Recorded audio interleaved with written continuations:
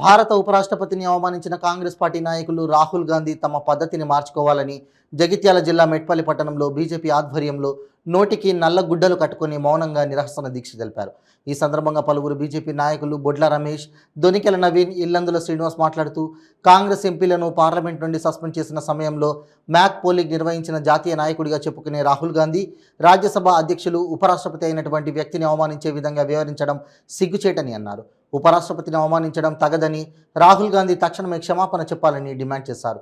ఈ కార్యక్రమంలో assembly convener Charlapalli Sukhender Goud, BJYM రాష్ట్ర కార్యవర్గ సభ్యులు దొనికెల నవీన్, బీజేపీ జిల్లా ప్రధాన కార్యదర్శి యాదగిరి బాబు, ఇల్లెందుల శ్రీనివాస్, పార్టీ సీనియర్ నాయకులు బండారి రమేష్, గంగాధర్, బొడ్ల నాగేష్, సుకెంటి విజయ్, అనిల్, అశోక్, మహిళా మోర్చా అధ్యక్షురాలు పుల్ల సౌజన్య, బీజేవైఎం టౌన్ అధ్యక్షులు ఆర్మూర్ రంజిత్, కల్లికోట శ్రీకాంత్, కిషోర్, జెట్టి, రూపేష్, శేఖర్, శ్రీనివాస్, గంగాధర్, రాకేష్, విజయ్ తదితరులు పాల్గొన్నారు.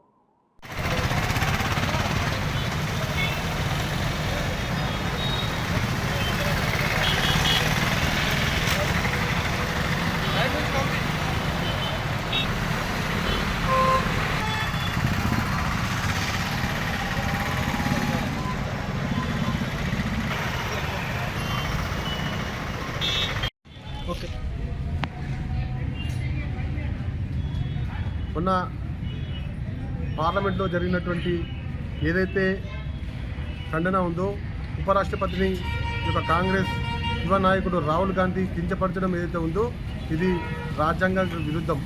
ఒక ఎంపీ హోదాలో ఉండి చదువుకున్న వ్యక్తి, ఈ దేశానికి ప్రధానికి కావాలని ఉవ్విళ్లెడుతున్న వ్యక్తి ఈరోజు రాష్ట్రపతిని కించపరిచే విధంగా, ఉపరాష్ట్రపతిని కించపరిచే విధంగా ఈ ఆనాడు ఏదైతే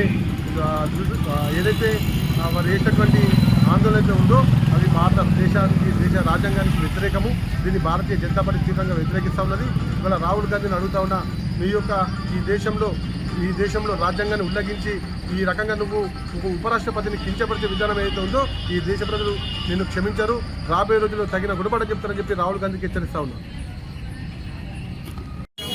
మన భారత ఉపరాష్ట్రపతి గౌరవమైన కూర్చున్నటువంటి రాజ్యసభ చైర్మన్ వారిని కాంగ్రెస్ పార్టీ నాయకుడు రాహుల్ గాంధీ ఒక బడుగు బలైన వర్గాల వ్యక్తి, జాటుకు సంబంధించిన వ్యక్తి, వ్యవసాయదారుడు, ఆయనను అగౌరవపరచమవుతున్నదో అది ప్రజాస్వామ్యంలో క్షమించాలని విషయము.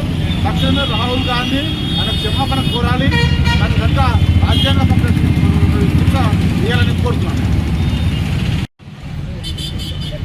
మొన్న జరిగినటువంటి పార్లమెంట్ సమావేశంలో, రాజ్యసభ సమావేశంలో టీఎంసీ కాంగ్రెసు సభ్యులు దురుసుగా ప్రవర్తిస్తే సస్పెండ్ చేయడం జరిగింది.